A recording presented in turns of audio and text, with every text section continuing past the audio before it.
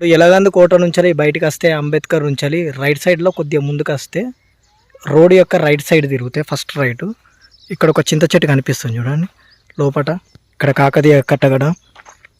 ఇక్కడనే ఎలగందులో మెట్ల బాయ్ అనేది ఉంది.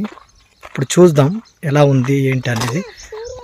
ఇంతకుముందు మనం చూసాం కదా మన వరంగల్లోని మెట్ల బాయ్, ఇది ఎలగందులో మెట్ల బాయ్.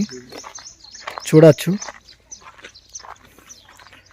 నీళ్ళు అయితే పొలాలకు వాడుతున్నారు. అక్కడ పైప్ చూడొచ్చు, కానీ ఇంకా వాడకంలో ఉంటే మాత్రం నీళ్లు స్పష్టంగా ఉండేటి. ఇక్కడ మీరు చూడొచ్చు క్లియర్గా ఇక్కడ అంతస్తులు అనేటివి మునిగిపోయినాయి నీళ్ళకు. చాలా లోతున్నది. ఆల్మోస్ట్ ఇది కూడా 2-3 అంతస్తులు ఉండవచ్చు, దాదాపు మునిగిపోయినాయి అంతస్తులు. ఇది చూడవచ్చు, ఇదే ఎలగందుల యొక్క మెట్ల బావి. ఇంకా చూద్దాం ఎలా ఉందనేది. కాకతీయులు కట్టించింది. అప్పుడు సామంతరాజులు స్నానం చేయడానికి వచ్చేవారట. దీనికి స్వరంగ మార్గం కూడా ఉన్నది అని అంటున్నారు, కానీ ఎక్కడనేది మనకు తెలియడం లేదు. ఇదే అది. దాదాపు ఎండాకాలంలో వచ్చి చూడాలి, కొద్దిగా నీటి ప్రవాహం అనేది తగ్గుతుంది. అక్కడ చూడవచ్చు కింద, అక్కడ మీకు కనిపిస్తుందా శివలింగమును పక్కకు నంది అనుకుంటా, అక్కడ 2 అక్కడ వేశారు. దాదాపు చూడవచ్చు ఒక అంతస్తు అంతా మునిగిపోయింది.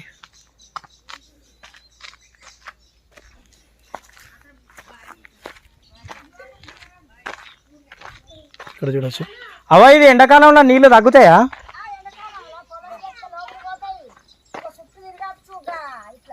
ఎక్కడ చుట్టూ తిరగచ్చా? ఏ మన ఎన్ని అంతస్తులు ఉంటుందమ్మా లోపల? లోపలికి 2 అంతస్తులు ఉంటుందా? 10 గజాలా? ఒక అంతస్తు అయితే మీదికి కనిపిస్తుంది నీళ్ళు నిండి. అది చెప్పేది ఇట్లా రౌండ్ ఏంటి ఉన్నాయి, ఇట్లా మన గిసంటి ఉన్నాయి పిల్లర్లు. అది చుట్టూరుగా తిరుగుడే. తిరుగుడేనా? ఇంకా అర్రలు ఉన్నాయి. అర్రలు ఉన్నాయా? అల్లేమున్నాయి అర్రలా? దేవుళ్ళ నీళ్ళు వచ్చినాయి కదా ఇప్పుడు, ఇల్లు పొలం చేస్తలేరు, కొట్లాట అయిందట తురుకోళ్ళది. ఇక్కడ చూడొచ్చు బాయికి అవతల. ఇప్పుడు బాయి లోపల కూడా సేమ్ ఇలాగే ఉంది శివలింగం, లోపల కూడా అలాగే ఉంది.